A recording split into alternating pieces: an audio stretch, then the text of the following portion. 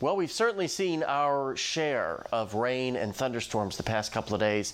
Thankfully, it looks like we are about to flip the script as we head into the upcoming week.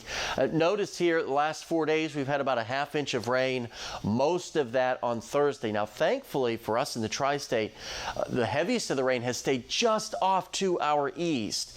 So you notice here, little if any here.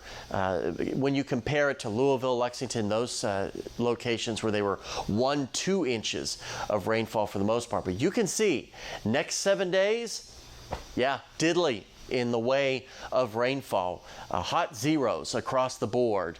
We are looking at a nice dry stretch of weather. So if you have outdoor plans, outdoor chores, you should be okay. And if we have little if any rainfall, it probably means we're going to see plenty of sunshine, and that definitely looks to be the theme as we go through the next 5 days or so, with ample periods of widespread sunshine. So today, looking great with a nice mix of clouds and sunshine, if not more sun than clouds. As we look through Futurecast, if maybe you're in Greenville or Madisonville and you're thinking about heading over toward the Mayfield area for all the festivities at Fancy Farm there in Grant County, should be in great shape. Really nothing to worry about. Clear skies west of Kentucky Lake today.